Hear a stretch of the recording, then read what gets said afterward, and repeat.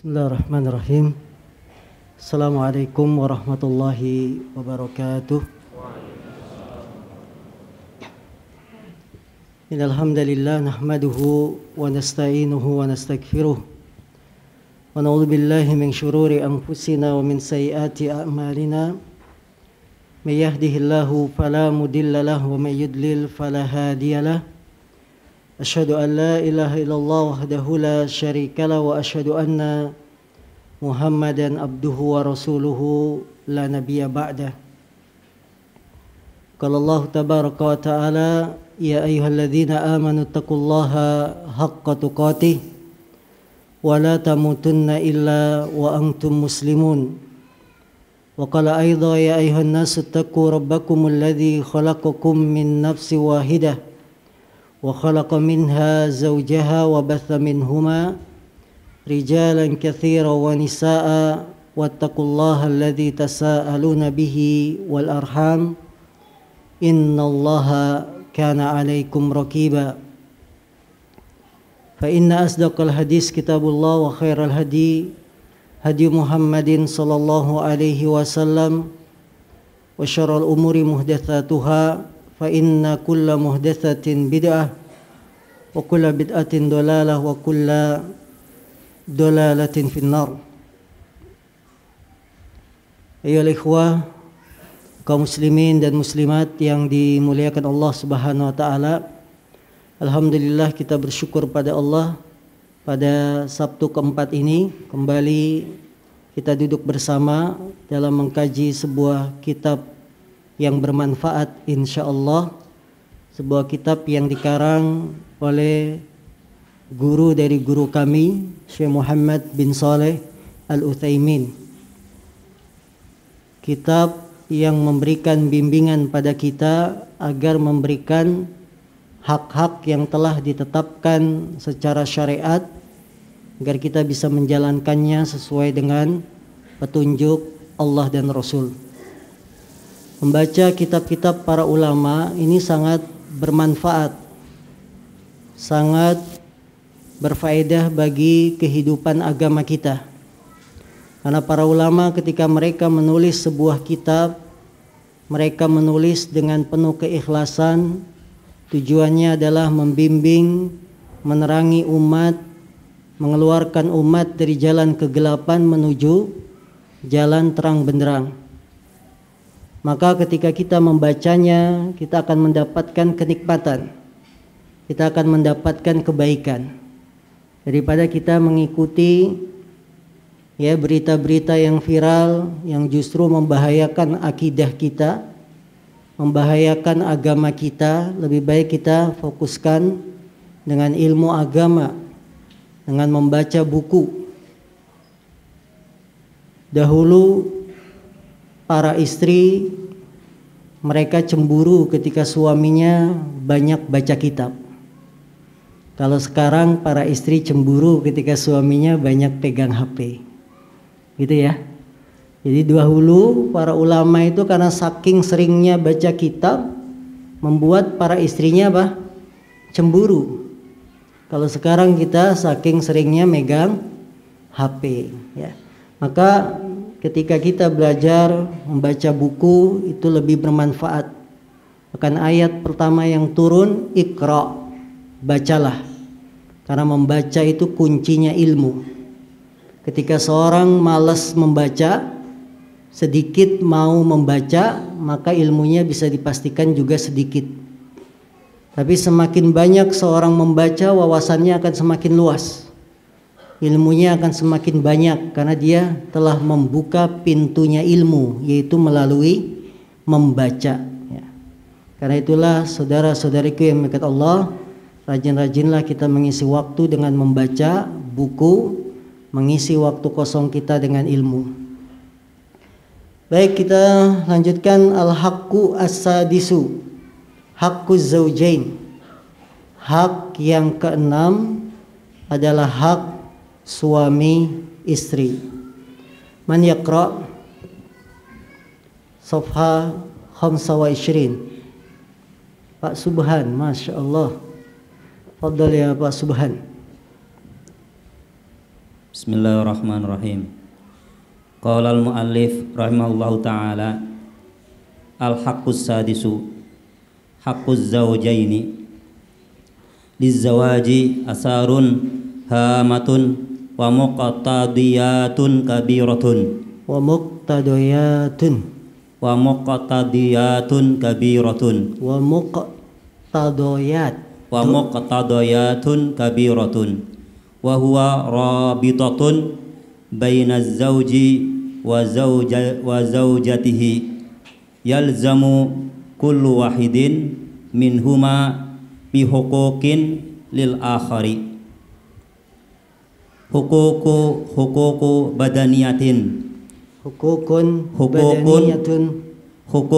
badaniyatun wa hukukun ijtimaiyatun wa hukukun maliyatun. Tarjim. Al-haqqus sadisu, hak yang keenam, haqquz zawjaini, hak suami istri.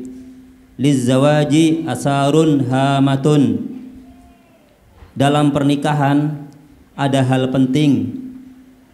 Wa muqtadayatun kabiratun, dan kebaikan yang banyak.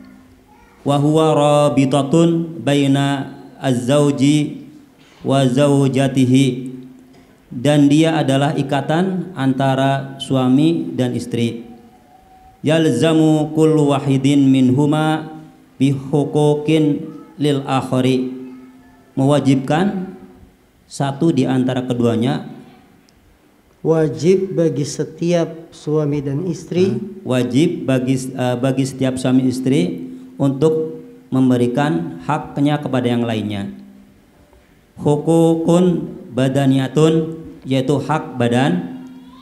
Hukukun ijtimaiyatun, hak kebersamaan. Naam. Dan wa hukuku maliyatun, dan hak harta. Taib. Al-haqqus sadis, jazakallahu khairan Pak Subhan, haqquz zaujain. Hak yang keenam adalah hak suami istri. Ketika kita berbicara hak-hak suami dan istri, maka ini sebagai nasihat kita bersama. Bukan berarti yang duduk di sini sebagai pembicara lebih paham tentang hak suami dan istri atau lebih menunaikan hak suami dan istri, tidak. Jadi kita kalau berbicara tentang hak suami istri, ini adalah nasihat kita bersama. Jamaah yang laki-laki berarti nasihat sebagai suami, jamaah ibu-ibu berarti nasihat sebagai istri. Dan berbicara tentang hak suami dan istri, ini adalah berhubungan dengan kebaikan rumah tangga kita. Kenapa demikian? Karena semakin kita dapat menunaikan hak dan kewajiban di dalam hubungan suami istri, akan membuat perjalanan rumah tangga semakin baik. Sebaliknya, bila hak-hak suami istri ini dilalaikan, tidak diperhatikan, menjadi pemicu pecahnya, retaknya rumah tangga seseorang. Ya, jadi kita membahas hak suami istri ini, nasihat kita bersama, nasihat untuk saya, nasihat untuk para jamaah sekalian semuanya. Mari kita dengarkan apa yang ditulis oleh Syekh Muhammad bin Shalih Utsaimin tentang hak-hak suami istri. Lizawaji atharun hamatun, di dalam pernikahan ada pengaruh-pengaruh yang besar, yang penting. Wa muqtadayatun kabiratun, dan konsekuensi yang besar. Maka seorang ketika sudah menikah, dia memiliki konsekuensi dalam pernikahannya. Dengan menikah berarti kita menjadi seorang suami. Dengan menikah berarti kita menjadi seorang istri. Tentunya ada tuntutan, ada konsekuensi apa kalau saya jadi suami, kalau saya jadi istri. Karena itu di dalam pernikahan, di dalam Islam, pasangan suami istri sebelum menikah, mereka harus sudah paham pasangannya. Mereka sudah mengenal siapa yang akan saya nikahi, siapa yang akan menjadi calon suami, calon istri. Islam tidak mengenal pernikahan yang disebut membeli kucing dalam karung, tidak tahu apa-apa. Karena dalam pernikahan nanti ada tuntutan-tuntutan. Saya sebagai suami, tuntutannya apa?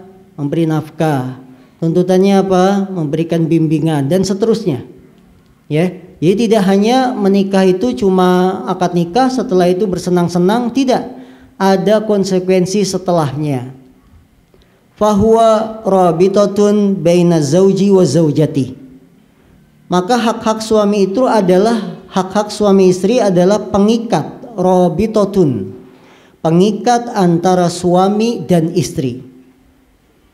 Bagaimana hubungan suami dan istri tetap langgeng itu diikat dengan hak dan kewajiban.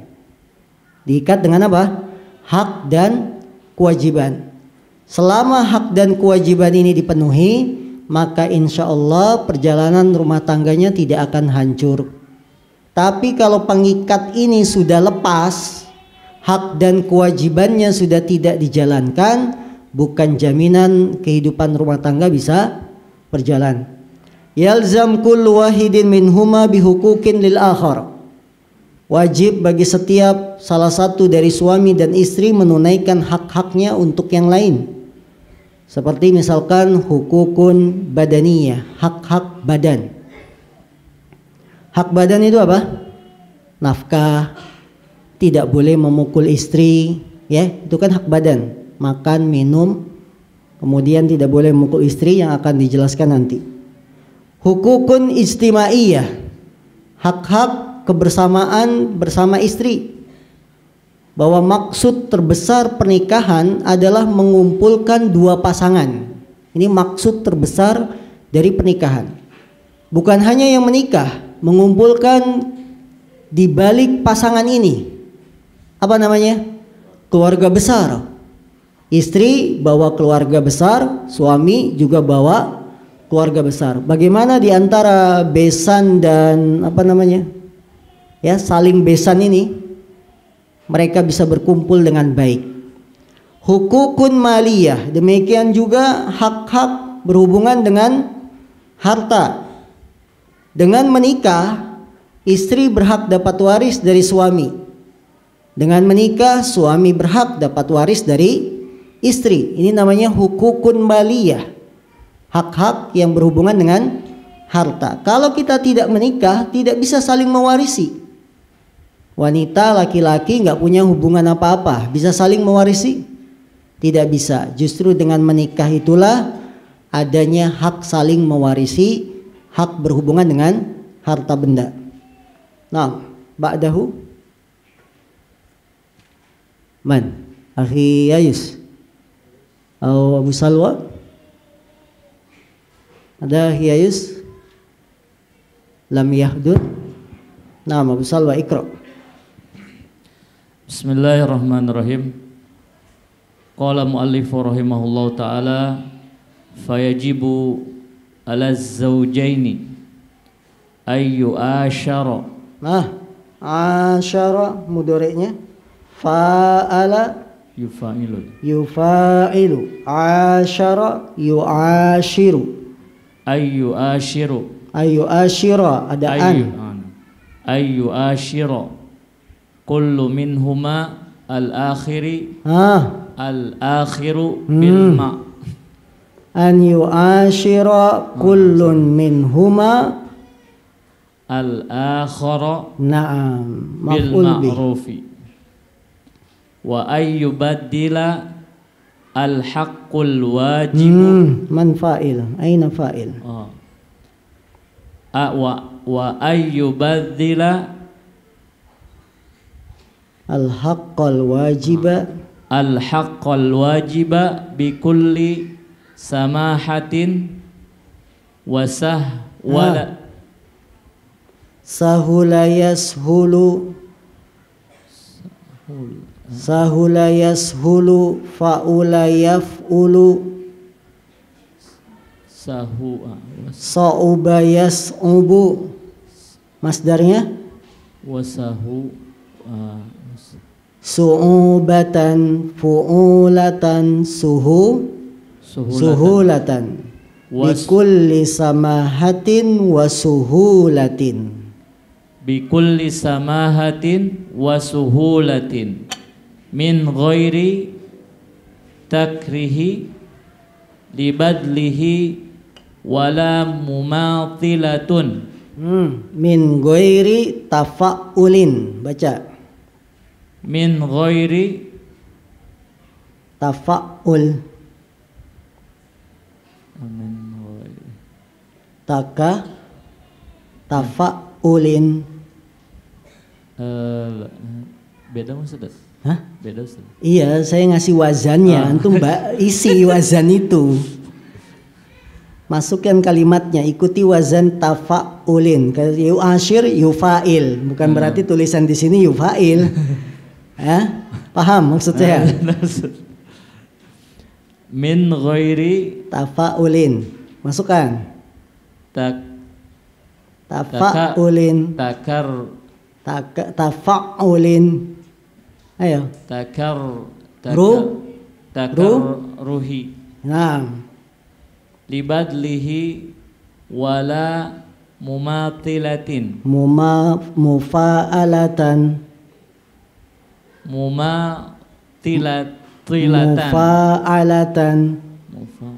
Mufa'alatan. Jangan mufa. Mufa itu wazannya. Mumatolatin. Ya, baik. Qala Allah Ta'ala wa ashiruhunna bil ma'rufi wa qala ta'ala walahunna mithlul ladzi alaihinna bil ma'rufi walirrijali alaihinna darajatun. Naam. Fayajibu ala zawjain, maka wajib bagi suami istri ayu ashira kullun minhumal akhara, maka wajib bagi suami istri untuk yu'ashir, mempergauli, ya, untuk setiap suami istri mempergauli pasangannya al-akhar bil ma'ruf, dengan cara yang baik. Dengan cara yang baik. Kemudian yubadzil haqqal wajib, dan untuk memberikan hak yang wajib kepadanya bikulli samahatin wa suhulatin, dengan samaha. Apa samaha? Dengan bijak dan mudah, tanpa ada rasa benci ketika memberinya dan tidak pula menunda-nunda. Allah berfirman, wa ashiruhunna bil ma'ruf, dan pergaulilah para istri dengan cara yang baik. Allah juga berfirman, dan bagi para istri memiliki mithlul ladzi alaihinna bil ma'ruf, memiliki kewajiban yang seimbang dengan cara yang baik, dan bagi para suami memiliki satu tingkatan derajat di atas istrinya alaihinna. Baik, fayajibu ala zawjaini an yu'ashira kullun minhumal akhar, maka wajib bagi setiap pasangan untuk mempergauli pasangannya dengan cara yang baik. Mempergauli di sini maksudnya bukan hanya berhubungan intim, tapi maksudnya berinteraksi. Suami wajib baik-baik berinteraksi dengan istri. Istri juga ketika berinteraksi dengan suami dia wajib baik, ya, memanggilnya dengan panggilan yang sopan, penuh dengan pemuliaan, panggilan yang membuat para istri merasa dihargai, bukan terhina. Demikian juga istri memanggil suaminya dengan panggilan penuh penghormatan. Itu namanya pergaulan yang baik suami dan istri. Karena kalau kita masing-masing suami atau istri tidak bergaul dengan pasangannya dengan pergaulan yang baik, akan membuat bibit-bibit pertengkaran. Ya, betul tidak? Istri tidak menghormati suami. Istri tidak menghargai suami. Istri misalkan bilang ke suami, kamu laki-laki payah. Apa payah? Payah itu apa sih? Payah kamu, ya, cari duit aja nggak bisa. Itu tidak menghargai. Atau sebaliknya, suami bilang ke istri dengan ucapan yang menyinggung perasaannya. Kamu ngapain aja sih di rumah? Ini berantakan, itu berantakan, ya, kamar mandi kotor, makanan belum tersedia. Ini membuat hubungan akan retak karena masing-masing tidak bergaul dengan cara yang baik. Dengan demikian maka wajib bagi setiap pasangan untuk memberikan hak dan kewajiban ini, yaitu yang diperintahkan oleh Allah, wa ashiruhunna bil ma'ruf, dan pergaulilah para istri dengan cara yang ma'ruf, cara yang baik. Mempergauli istri tidak ada patokannya, tapi yang menjadi acuan adalah cara yang ma'ruf, cara yang baik. Apapun yang membuat istri senang dan itu baik sudah cukup. Tidak harus berupa materi. Para istri misalkan diajak jalan-jalan, itu sudah dikatakan baik, membuat istri bahagia, cukup, tidak harus materi. Para suami dipergauli dengan istrinya dengan cara yang baik, dipanggil dengan penuh penghormatan. Kalau suaminya orang Jawa dipanggilnya apa? Mas. Kalau suaminya orang Sunda dipanggilnya AA. Kalau suaminya orang Betawi dipanggil Bang dah. Ya, abang.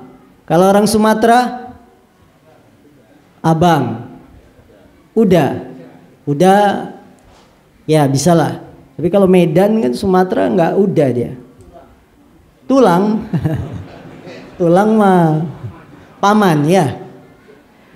Jadi patokan bergaul suami istri dengan cara yang baik tidak ada patokan khusus. Yang penting suami bahagia, istri bahagia. Ma'ruf itu namanya. Ya, ini sebuah kaidah besar. Apabila syariat tidak menentukan patokan dalam cara mempergauli seseorang dari hubungan suami istri, maka dikembalikan pada adat masing-masing, pada adat kebiasaan masing-masing. Kemudian Allah juga berfirman, dan para istri memiliki kewajiban yang seimbang, akan tetapi suami punya satu tingkatan lebih tinggi dibanding istrinya. Ini sebagai pengingat bagi para istri bahwa suami kita itu tingkatannya satu tingkat di atas kita. Maka istri wajib menghormati suami, menghargai suami siapapun dia. Misalkan suami kita ekonominya lebih sedikit dibandingkan penghasilan istri, ada tidak? Banyak. Suami pendapatannya lebih kecil daripada pendapatan istri, tetap harus dihormati karena dia punya kedudukan satu tingkat lebih dibandingkan istrinya. Ya, ini. Kemudian kama yajibu 'alal mar'ati an tubadzila li zawjiha ma yajibu 'alaiha badluhu wa mata qama kullu wahidin minaz zawjaini bima yajibu 'alaihi lil akhar kanat hayatuhuma sa'idatan wa damatil usratu bainahuma. Sebagaimana wajib bagi istri untuk memberikan hak-hak terhadap suaminya dengan apa-apa yang wajib dia lakukan sebagai istri, maka acap kali setiap pasangan menegakkan hak-hak ini dengan perkara yang wajib baginya, kehidupan rumah tangganya akan sa'idatan. Apa sa'idah? Bahagia. Wadamatil usratu bainahuma dan rumah tangganya akan langgeng. Bapak Ibu yang dimuliakan Allah, kita menikah mencari apa? Apa yang dicari dari pernikahan? Ada yang bilang bahagia, yang lain jawabannya apa? Senang-senang sama istri, betul ya? Baik, ini semuanya benar. Kita menikah ingin senang-senang dengan wanita, benar tidak? Benar. Kita menikah dengan wanita ingin punya anak, alasan yang dibenarkan? Benar. Tapi inti semua itu adalah kita menikah ingin bahagia. Cara untuk bahagia masing-masing suami dan istri memperhatikan hak dan kewajiban. Ya. Akan langgeng kehidupan kita kalau masing-masing memperhatikan hak-hak ini.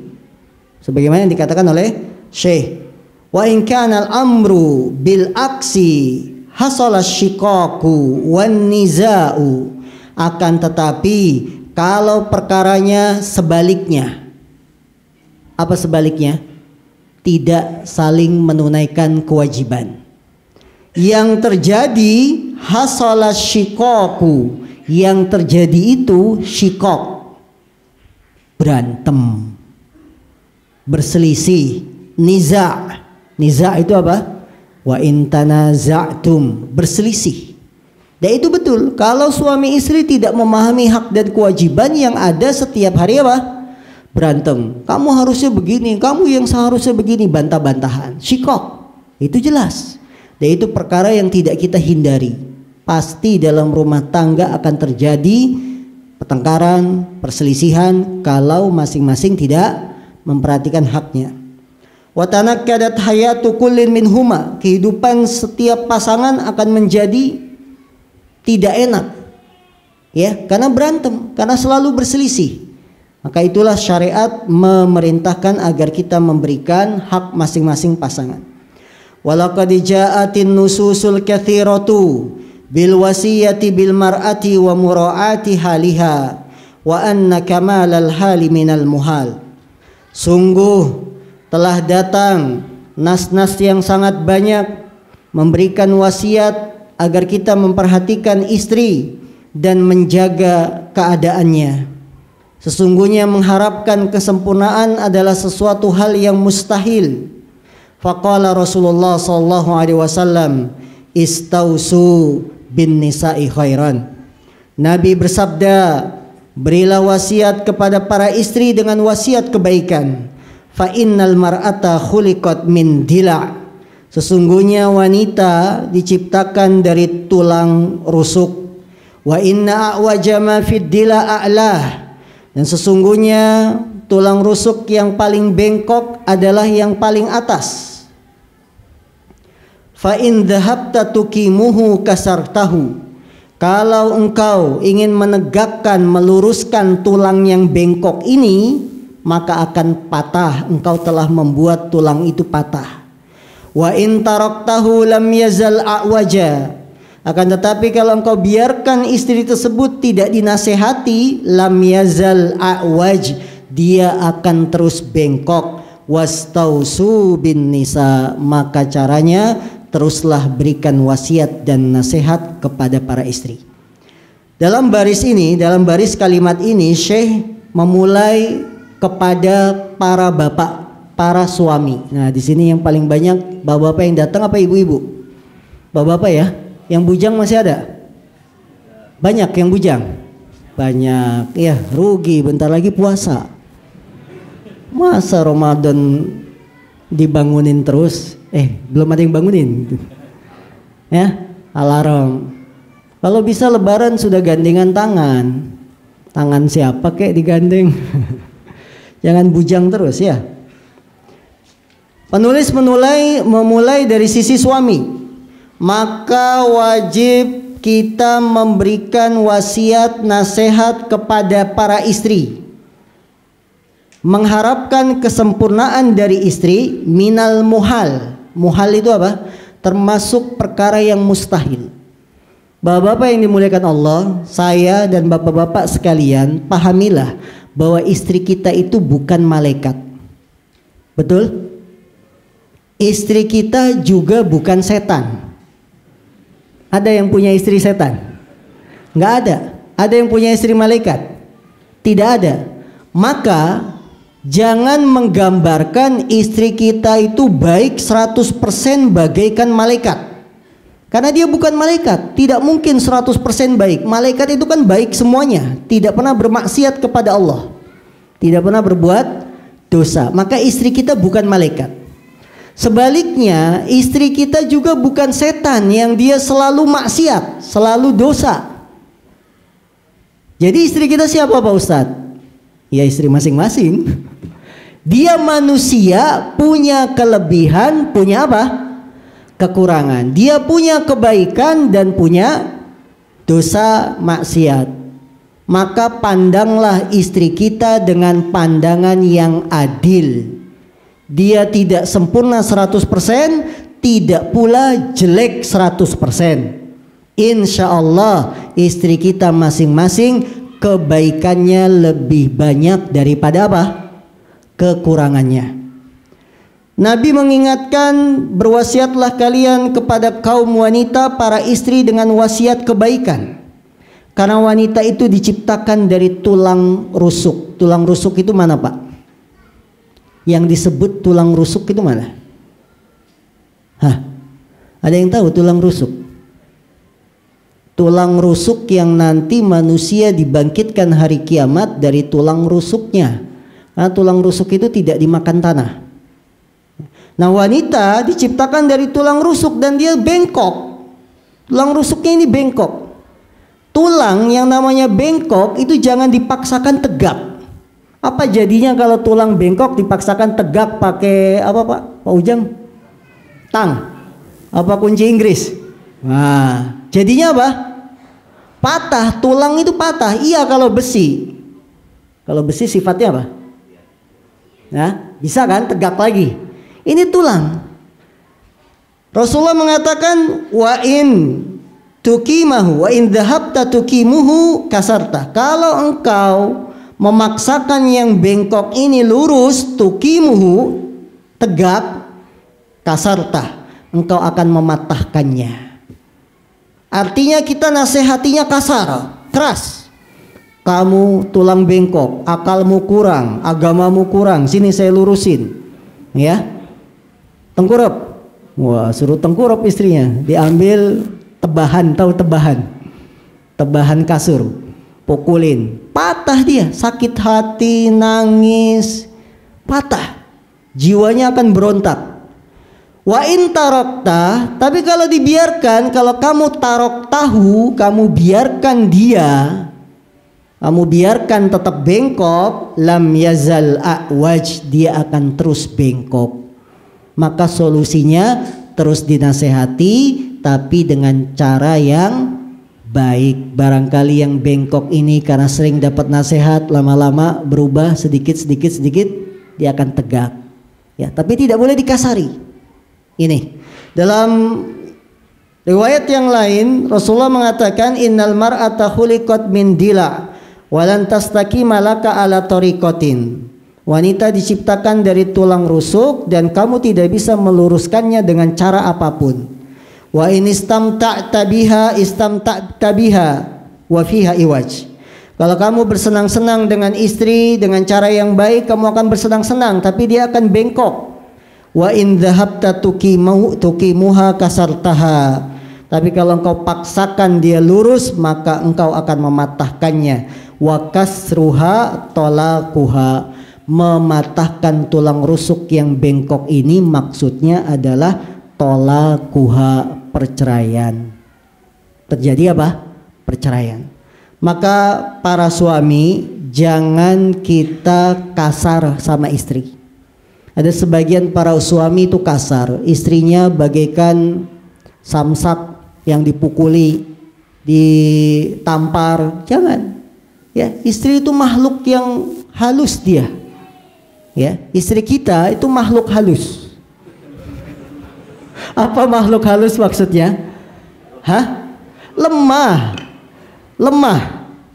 Lemah yang harus dihalusin, jangan dikasari. Maka istri makhluk halus. Dia nggak terima kalau dikata-katakan kamu ini payah begini, istri nggak becus. Perasaan, karena istri itu lebih mengandalkan perasaannya. Dan wanita punya sifat sensitif terhadap penilaian. Betul. Bapak-bapak yang sudah menikahnya lama, perhatikan istri kita itu paling sensitif kalau dinilai. Kamu itu kalau dandan kok kayak ondel-ondel ya. Langsung dia nangis kejer gitu. Itu kalau rumah ibunya deket dia langsung pulang. Saya dibilang sama suami saya kayak ondel-ondel gara-gara dandannya nggak becus. Karena dia sensitif terhadap penilaian. Maka hati-hati kalau ngomong di depan istri. Ya, tata bahasa itu perlu ditata, perlu dilatih. Ya. Ini karena wanita butuh kehalusan. Nabi dalam riwayat yang lain mengatakan wanita itu bagaikan botol kaca.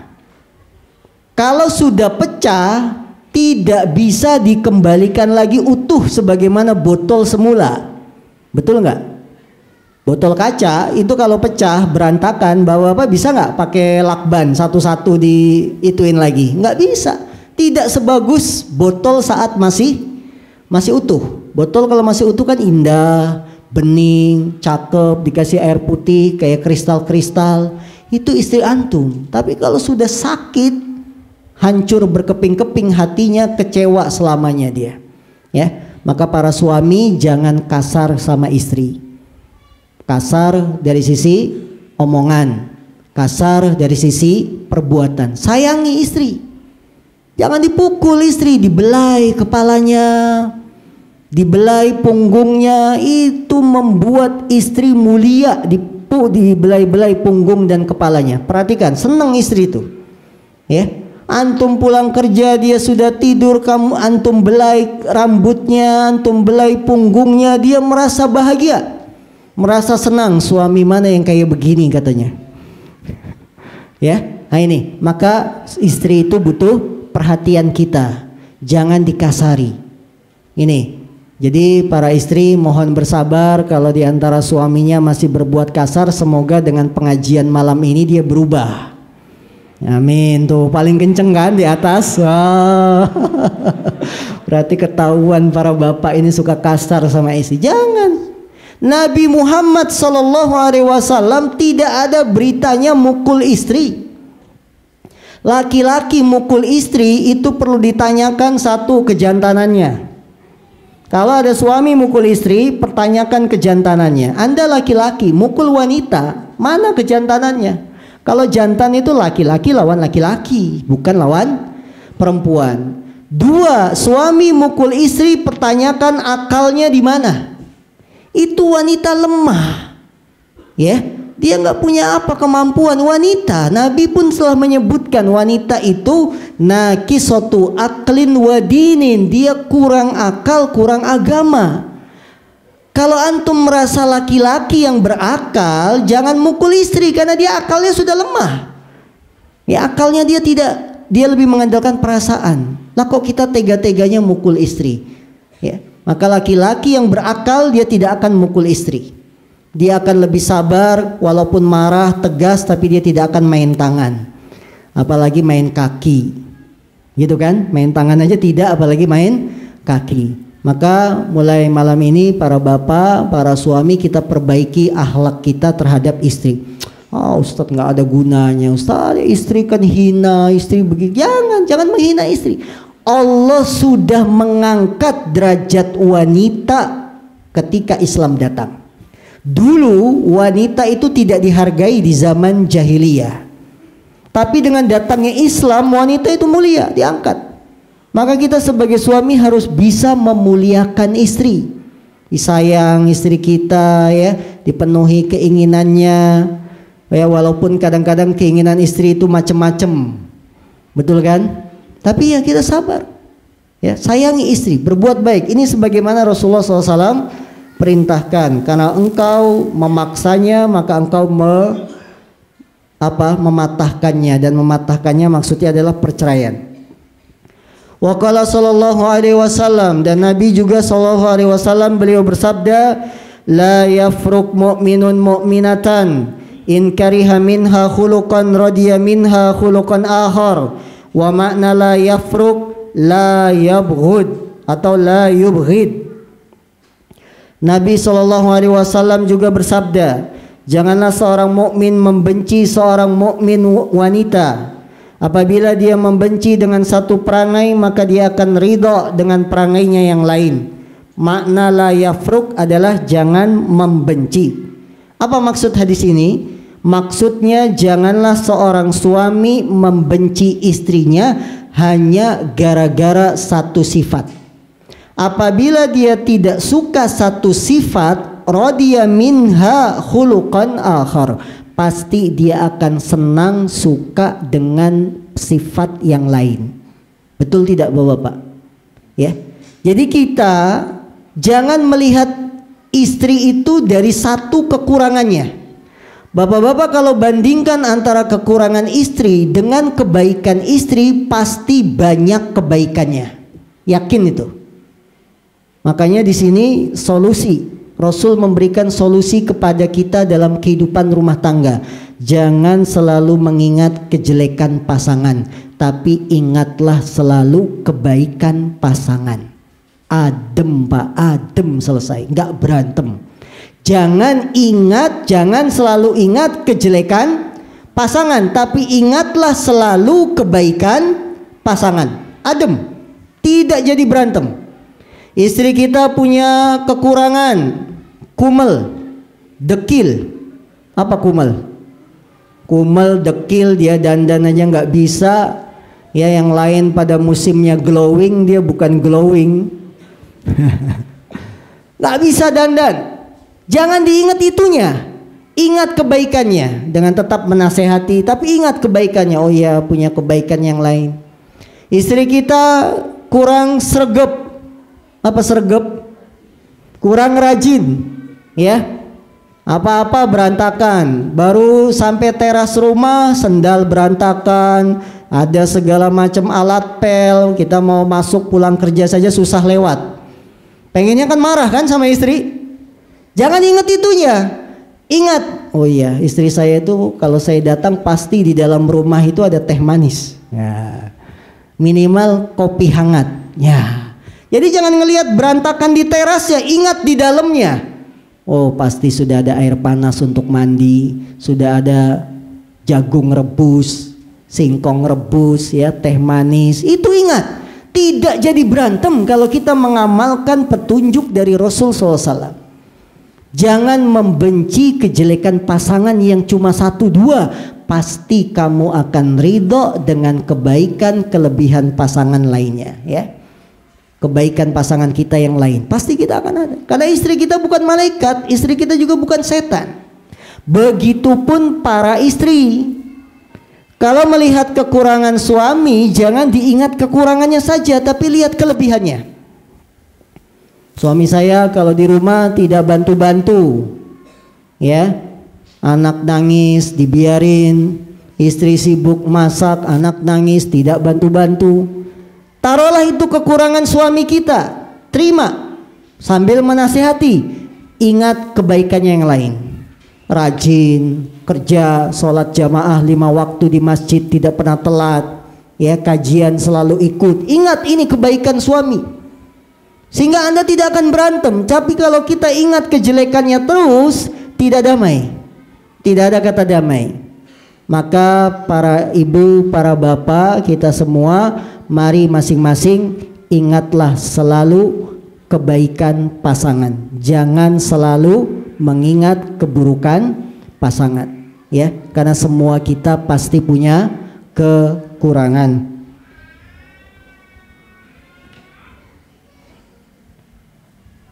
Baik, ada pertanyaan sampai sini?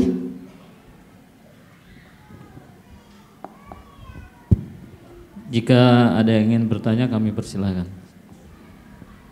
Bisa langsung. Ada, ditandai nanti ya sampai kalimat fa fi hadhil ahadits. Naam.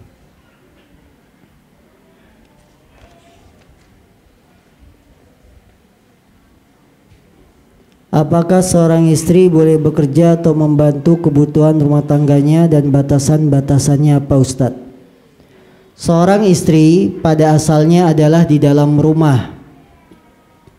Karena Allah berfirman, wa qarna fi buyutikun, dan menetaplah kalian para wanita di rumah-rumah kalian. Ini hukum asalnya istri. Apakah boleh dia bekerja membantu kebutuhan rumah tangga bila memang suaminya belum mencukupi kebutuhan rumah tangga? Istri boleh membantu. Tapi kalau suami sudah mencukupi kebutuhan rumah tangga, nafkah bulanan lancar, anak-anak sekolah bisa, ya, kebutuhan yang dibutuhkan selama sebulan bisa tercukupi oleh gaji suaminya, maka lebih baik istri di rumah, karena itu lebih selamat. Ketika suami tidak mencukupi kebutuhan, maka istri boleh membantu, tidak? Boleh, tapi tidak wajib. Boleh membantu tapi tidak wajib. Batasannya apa? Kalau istri ingin bekerja, satu, jenis pekerjaannya harus halal. Tidak boleh pekerjaan yang haram. Sebagian istri kerja di bank, sebagian istri kerja di perpajakan. Tidak boleh, karena jenis pekerjaannya saja sudah haram, bukan halal. Batasan kedua, pakaian yang dipakai ketika bekerja menutup aurat, lebar tidak ketat, tebal tidak tipis. Jadi pakaian yang dipakai ketika istri keluar bekerja, satu, pakaian yang lebar, tidak ketat, tidak menampakkan lekuk-lekuk tubuh. Bahannya tebal, tidak tipis sehingga menampakkan auratnya, harus tebal. Kemudian apalagi? Pakaiannya tidak diberi minyak wangi, parfum. Ini harus diperhatikan. Bisa tidak istri kita mengikuti batasan ini? Misalnya jadi ASN ya, gantinya PNS. Bisa tidak dia pakaiannya lebar, tebal, ya, tidak tipis, tidak ketat? Bisa tidak? Ini batasan. Kemudian batasan yang lain, tidak campur baur di tempat kerja, tidak campur dengan laki-laki, tapi ada tempat khusus wanita. Nah, ini harus diperhatikan. Maka yang lebih selamat, kalau ingin bantu keuangan suami, carilah pekerjaan yang bisa dilakukan di rumah. Contohnya apa? Pekerjaan yang bisa dilakukan di rumah, dagang, ya, jahit. Dagang, antum bisa dagang. Sekarang musim pandemi banyak yang bisa kita jual. Ya, jual tanaman hias. Jual apa lagi? Ya, apa banyak, makanan dan seterusnya. Bisa. Jualan emas, bisa nggak jualan emas? Bisa. Asal ada kemauan dan kita tetap di rumah menjahit. Menjahit bisa. Istri tetap di rumah, tetap mengurusi anak, kemudian bisa juga membantu suaminya. Jadi ini batasan-batasan yang harus diperhatikan ketika wanita akan bekerja. Ini ingat, ketika suaminya tidak mencukupi kebutuhan. Kalau sudah cukup kebutuhan dari suami, maka terimalah kecukupan dari suami. Jangan kita bekerja.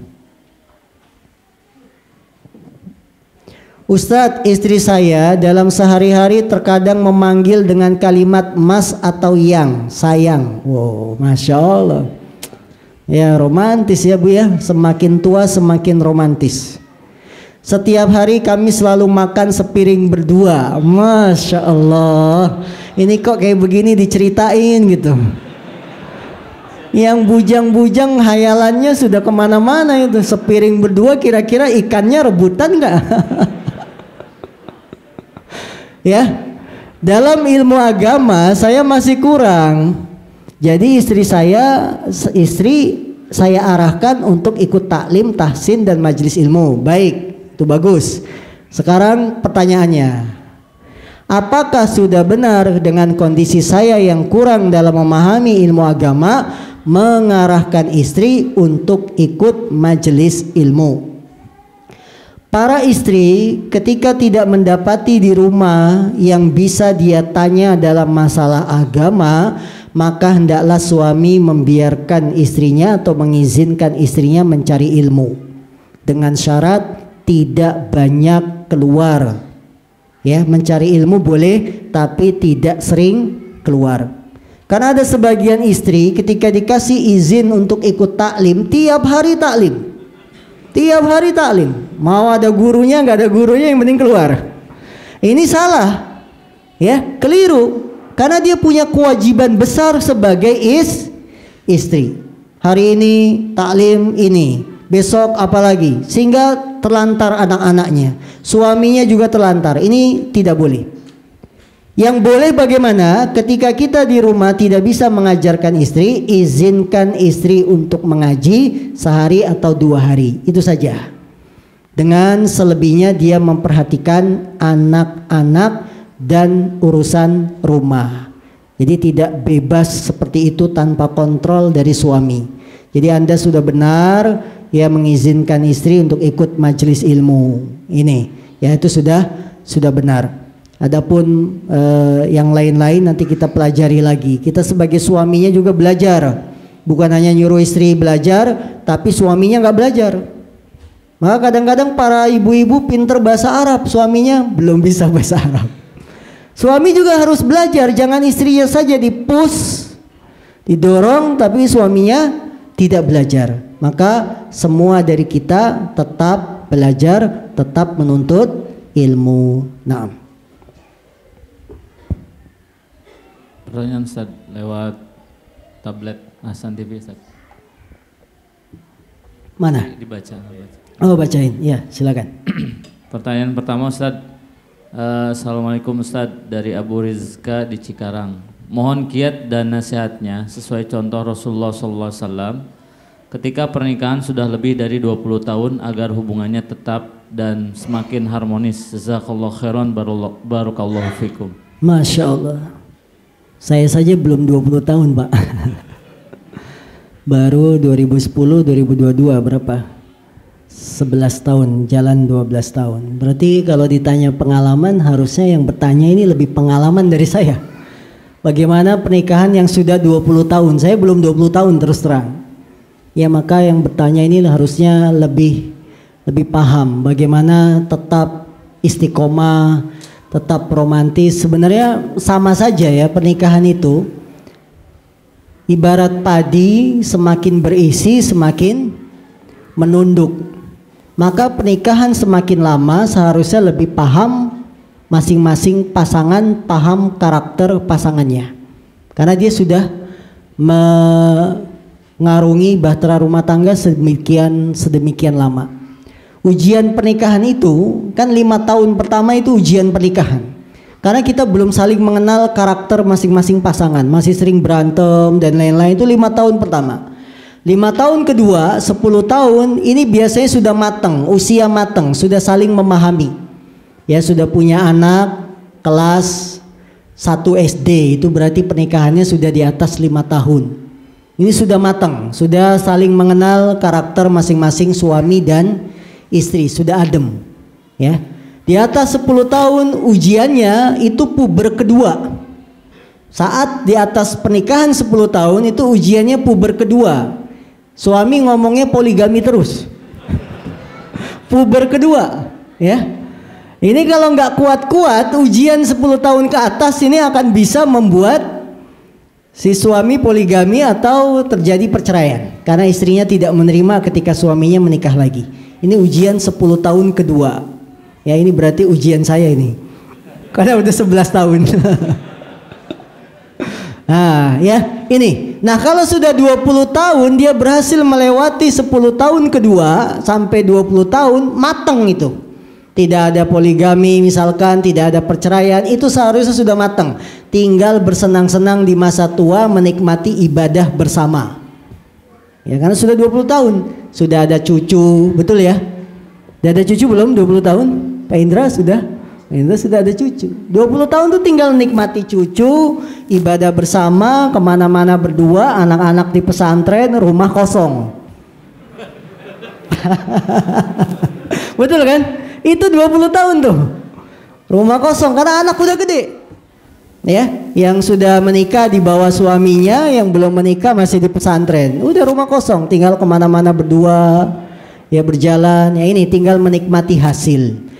Bagaimana tetap istiqomah? Dengan ilmu agama kita akan tetap istiqomah. Wallahu a'lam.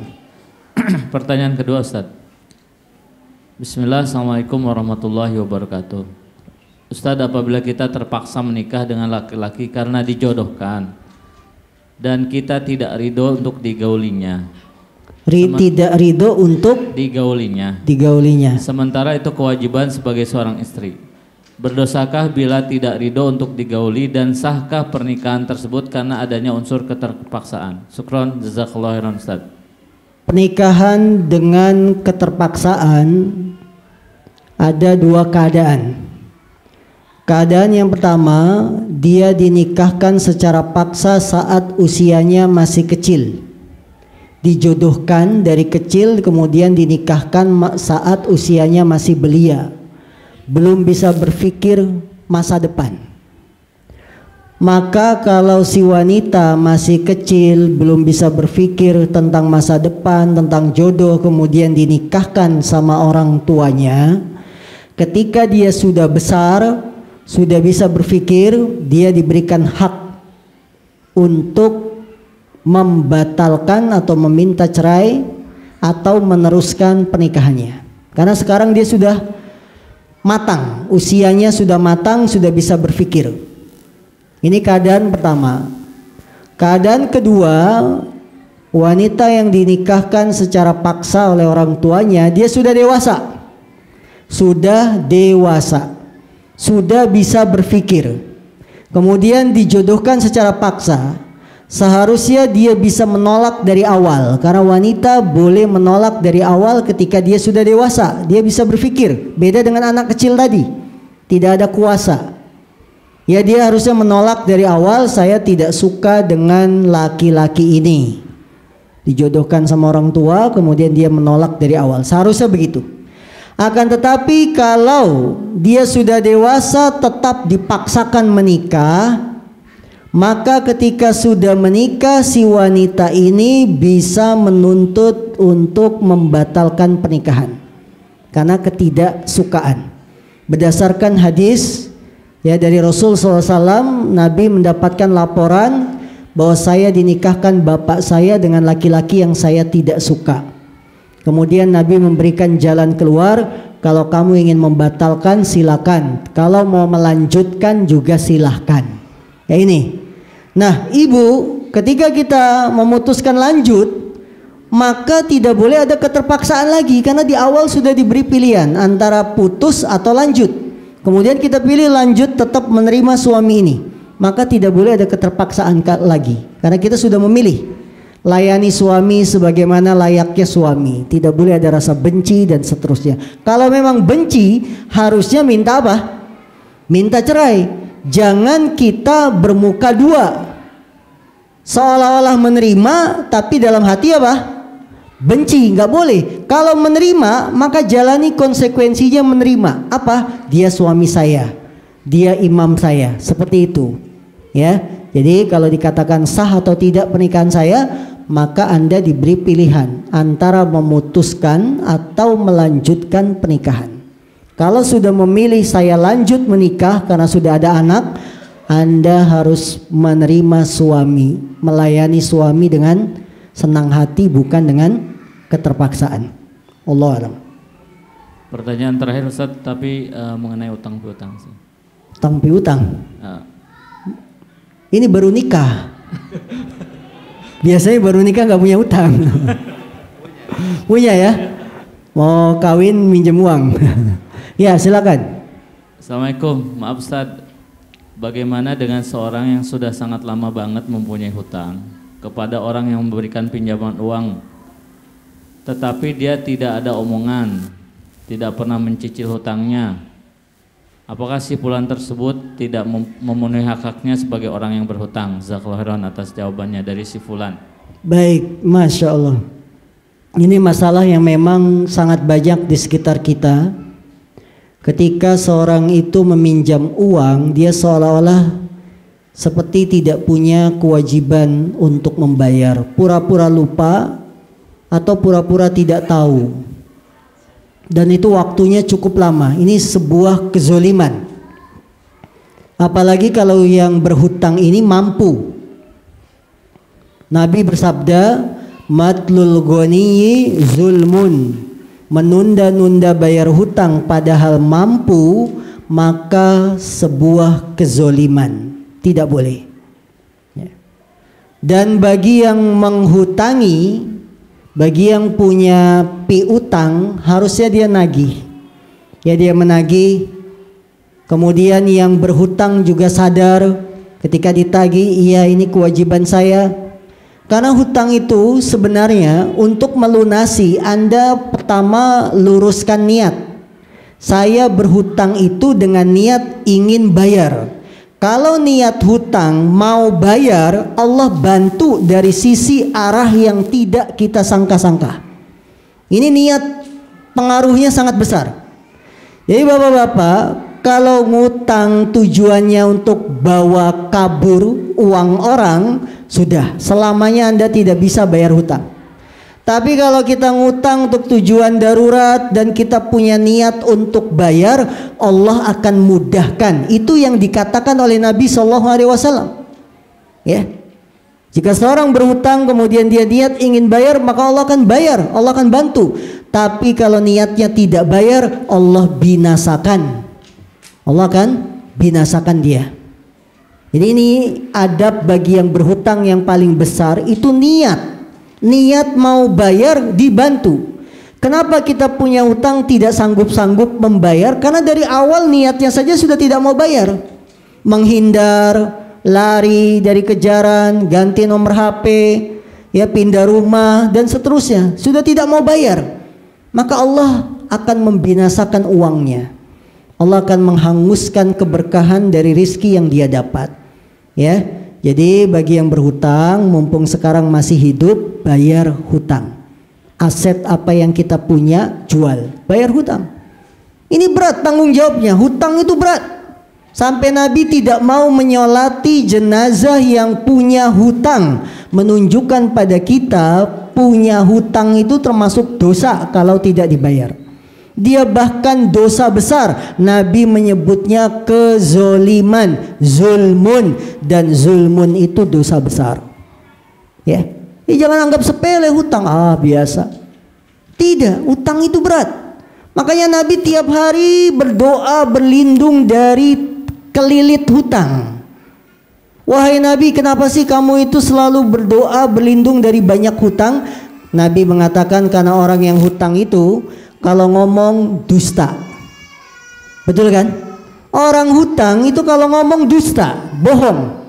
Maka Nabi selalu berlindung dari kelilit hutang. Coba orang yang berhutang datang pertama kali manis semanis madu. Manis ucapannya. Wah, saya pokoknya nanti begini-gini ya, saya akan tepati seminggu ya, kalau bisa sebelum seminggu sudah saya bayar. Manis. Setelah dipinjemin, la kalam wala salam, tidak ada omongan, tidak ada salam, hilang bak ditelan bumi. Ya ini, itulah kenapa Nabi selalu berlindung dari yang namanya hutang. Maka saudaraku yang punya hutang hari ini belum dibayar, bayar. Kita punya motor, jual. Jalan kaki Pak Ustadz kerja, jalan kaki, yang penting bebas hutang. Ya, jangan gaya-gayaan pakai motor laki-laki mahal tapi ngutang. Buat apa kelihatan gagah di depan manusia kalau kita rendah di hadapan Allah? Ya, orang yang berhutang itu rendah di hadapan Allah, nyawanya tergantung, dia enggak dimasukkan ke dalam jasadnya, digantung di langit. Kulitnya panas. Orang yang punya hutang, maka lunasi. Kalau bisa hidup itu jangan punya hutang, kecuali darurat. Nabi Muhammad ngutang itu untuk makan. Antum ngutang beli HP, betul nggak? HP itu kebutuhan yang bukan pokok.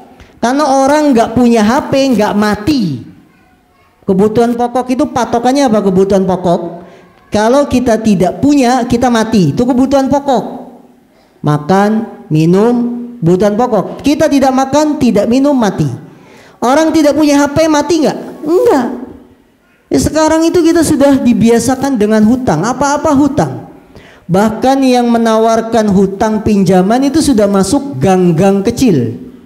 Sehari dicicil 1.000 gitu ya, 1.500. Kamu mau apa? Sofa bed. Oh bisa, sofa bed cuma 1.500 tiap hari selama 10 tahun.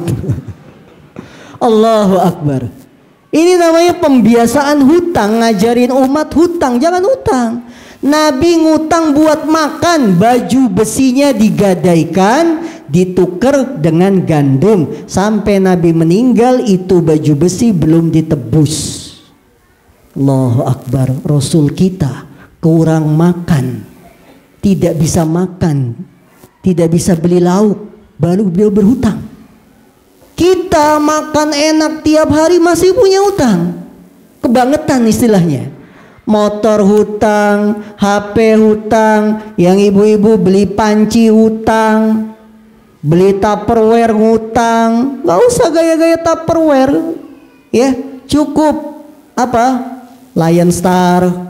Ya, kan lebih murah 10.000, 20.000 3. Gak usah gaya-gaya, utang.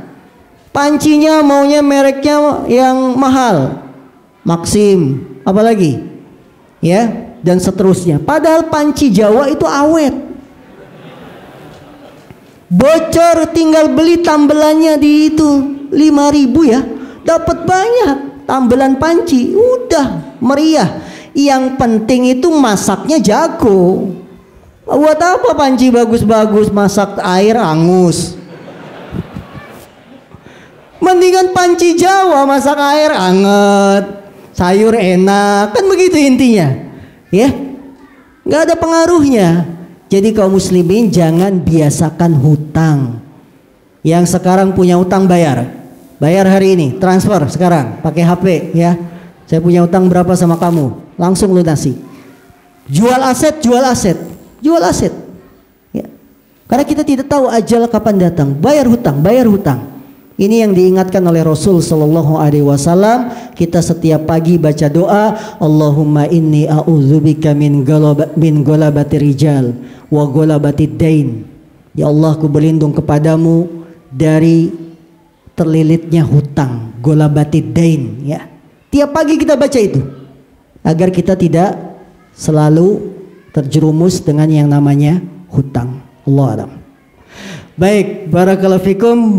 Kita tutup dengan doa kafaratul majlis. Subhanakallah bihamdika asyhadu an la ilaha illa anta astaghfiruka wa atubu ilaik. Walhamdulillahirabbil alamin. Assalamualaikum warahmatullahi wabarakatuh.